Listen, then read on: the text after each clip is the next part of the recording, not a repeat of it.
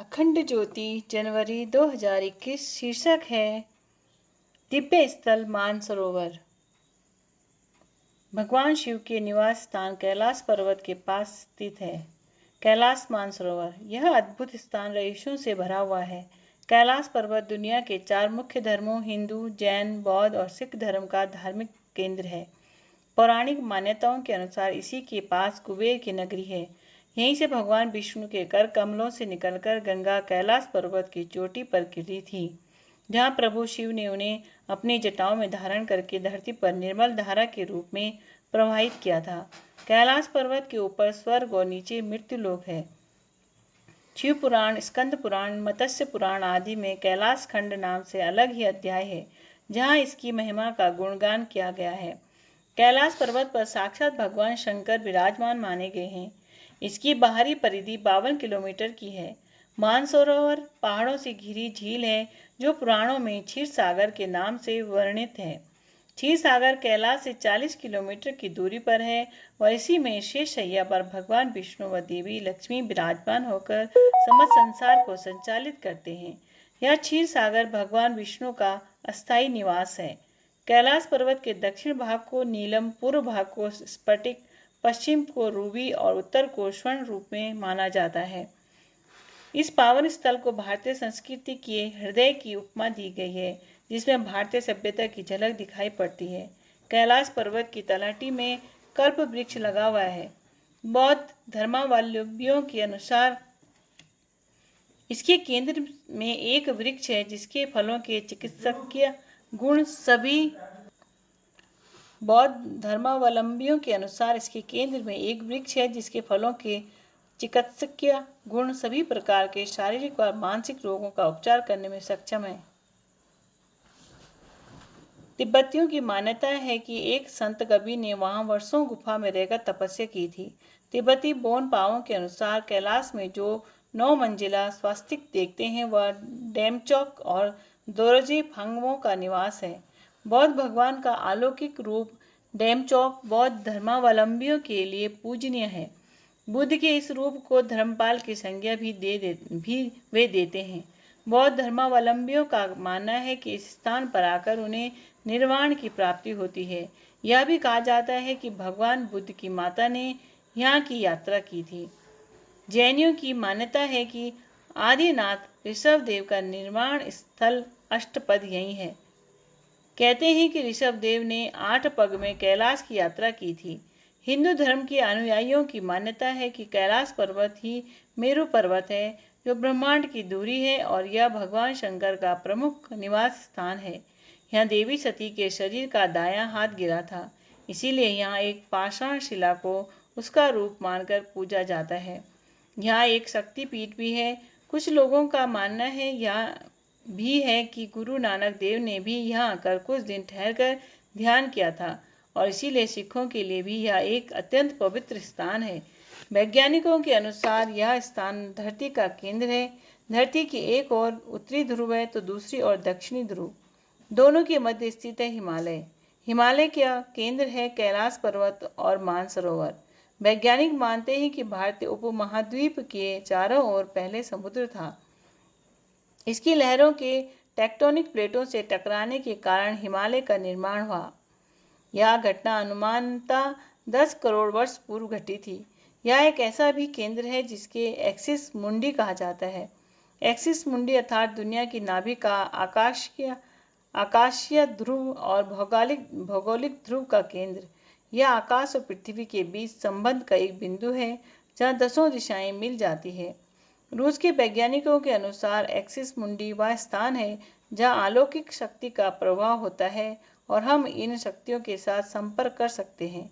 कैलाश पर्वत और उसके आसपास के वातावरण का अध्ययन कर चुके रूस के वैज्ञानिकों ने जब तिब्बत के मंदिरों में धर्म गुरुओं से मुलाकात की तो उन्होंने बताया कि कैलाश पर्वत के चारों ओर एक अलौकिक शक्ति का प्रवाह है, जिसमें तपस्वी आज भी आध्यात्मिक गुरुओं के साथ टेलीपैथिक संपर्क करते हैं।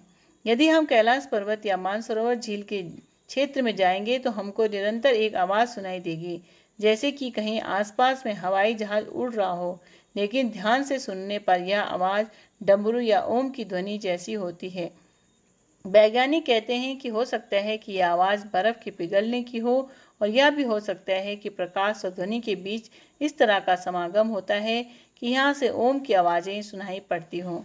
दावा किया जाता है कि कई बार कैलाश पर्वत पर 7 तरह के प्रकाश आसमान में चमकते हुए देखे गए हैं। नासा के वैज्ञानिकों का ऐसा मानना है कि हो सकता है कि यहाँ के चुंबकीय बल के कारण होता हो। यहाँ का चुंबकीय बल आसमान से मिलकर कई बार इस तरह की चीज़ों का निर्माण कर सकता है। हिमालय वासियों का कहना है कि हिमालय पर यति मानव रहता है। कोई इसे सफ़ेद भालू कहता है, कोई जंगली मानव तो कोई हिम मानव। कुछ वैज्ञानिक इसे निएंडरथल मानव मानते हैं। विश्व भर के करीब 30 से ज़्यादा वैज्ञानिकों ने दावा किया है कि हिमालय में बर्फीले इलाकों में हिम मानव मौजूद है। यह भी कहा जाता है कि यह आसपास के दुनिया का सबसे दुर्लभ मृग कस्तूरी मृग है। इस मृग की कस्तूरी बहुत ही सुगंधित और औषधीय गुणों से युक्त होती है, जो इसके शरीर के एक हिस्से की ग्रंथि में एक पदार्थ के रूप में संग्रहित होती है। कैलाश पर्वत एक विशालकाय पिरामिड है जो 100 छोटे छोटे पिरामिडों का केंद्र है। कैलाश पर्वत की संरचना कंपास के 4 द्विक बिंदुओं के समान है और एकांत स्थान पर स्थित है जहाँ कोई भी बड़ा पर्वत नहीं है। कैलाश पर्वत समुद्र सतह से 21,668 फुट ऊंचा है तथा हिमालय से उत्तरी क्षेत्र में तिब्बत में स्थित है। चूंकि तिब्बत चीन के अधीन है, अतः कैलाश चीन में आता है। मानसरोवर झील से घिरा होना कैलाश पर्वत की धार्मिक महत्ता को और भी अधिक बढ़ाता है। यहाँ चारों ओर बहुत ऊंचे बर्फीले पहाड़ हैं, जहाँ कुछ पहाड़ों की ऊंचाई 3,500 मीटर से भी अधिक है। कैलाश पर्वत की ऊंचाई तो लगभग 21,668 फुट है। कैलाश पर्वत की 4 दिशाओं से 4 नदियों का उद्गम हुआ है, ब्रह्मपुत्र, सिंधु, सतलज और कर्णाली। इन नदियों से ही चीन की कुछ नदियां भी निकली हैं। कैलाश के चारों ओर विभिन्न जानवरों के मुख हैं, जिनमें से नदियों का उद्गम होता है। पूर्व में अश्वमुख है, पश्चिम में हाथी का मुख है, उत्तर में सिंह का मुख है और दक्षिण में मोर का मुख है। कैलाश मानसरोवर के पास ही यम द्वार बताया जाता है। यहाँ से होकर कैलाश स्पर्श स्थान तथा कैलाश जी की परिक्रमा शुरू करनी होती है। यमद्वार से करीब 12 किलोमीटर की यात्रा प्रारंभ होती है। सुनसान रास्ते के दोनों तरफ पथरीली और बर्फ से ढके पहाड़ दिखाई देते हैं। दोनों पहाड़ों के बीच बर्फ की नदी अपने अस्तित्व का एहसास कराती है। कैलाश की संपूर्ण परिक्रमा लगभग 50 किलोमीटर की है, जिसे यात्री प्रायः 3 दिनों में पूरा करते हैं। यह परिक्रमा कैलाश शिखर के चारों ओर के कमलाकार शिखरों के साथ होती है। कैलाश शिखर अस्पृश्य है। यात्रा मार्ग में लगभग 2.5 किलोमीटर की सीधी चढ़ाई करके ही इसे स्पर्श किया जा सकता है। यह चढ़ाई पर्वतारोहण की विशिष्ट तैयारी के बिना संभव नहीं है। मानसरोवर झील लगभग 320 वर्ग किलोमीटर के क्षेत्र में फैली हुई है। इसके उत्तर में कैलाश पर्वत तथा पश्चिम में रसातल झील है। संस्कृत शब्द मानसरोवर मानस तथा सरोवर को मिलाकर बना है, जिसका शाब्दिक अर्थ होता है मन का सरोवर। कहते हैं कि मानसरोवर वह झील है जहाँ माता पार्वती स्नान करती थी। मान्यतानुसार वे आज भी वहीं स्नान करती हैं। वैज्ञानिक कहते हैं कि यह अभी तक रहस्य है कि ये झीलें प्राकृतिक तौर पर निर्मित हुई हैं या कि इन्हें ऐसा बनाया गया है। हालांकि पुराणों के अनुसार समुद्र तल से 17,000 फुट की ऊंचाई पर स्थित 300 फुट गहरी मीठे पानी की इस मानसरोवर झील की उत्पत्ति भगीरथ की तपस्या से भगवान शिव के प्रसन्न होने पर हुई थी। पुराणों के अनुसार भगवान शंकर द्वारा प्रकट किए गए जल के वेग से जो झील बनी, कालांतर में उसी का नाम मानसरोवर पड़ा। एक अन्य मान्यता के अनुसार परमपिता परमेश्वर के आनंद अश्रुओं को भगवान ब्रह्मा ने अपने कमंडलों में समेट लिया था तथा इस भूलोक पर त्रियष्टकम तिब्बत स्वर्ग स्थान पर मानसरोवर की स्थापना की। शाक्त ग्रंथ के अनुसार देवी सती का दायां हाथ इसी स्थान पर गिरा था जिससे यह झील तैयार हुई। इसीलिए यहाँ एक पाषाण शिला का उनका रूप मानकर पूजा जाता है। इसीलिए इसे 51 शक्तिपीठों में से एक माना जाता है। मान्यता है कि कोई व्यक्ति मानसरोवर में एक बार डुबकी लगा ले तो वह रुद्र लोक पहुंच सकता है। मानसरोवर पहाड़ों से घिरी झील है जिसे पुराणों के रचनाकार क्षीर सागर कहते हैं। ऐसा माना जाता है कि महाराज मानदाता ने मानसरोवर झील की खोज की और इसे वर्षों तक इसके किनारे तपस्या की। यहाँ दो सरोवर मुख्य है। पहला मानसरोवर जो कि दुनिया में शुद्ध पानी की उच्चतम झीलों में से एक है, जिसका आकार सूर्य के समान है। दूसरी यहाँ पर 250 किलोमीटर क्षेत्र में फैली 15,010 फुट समुद्र तल से ऊंचाई पर स्थित राक्षस झील है, जो कि खारे पानी की उच्चतम झीलों में से एक है। इसका आकार चंद्रमा के समान है। ये दोनों झीलें सौर और चंद्र बल को प्रदर्शित करती हैं, जिनका संबंध सकारात्मक और नकारात्मक ऊर्जा से है।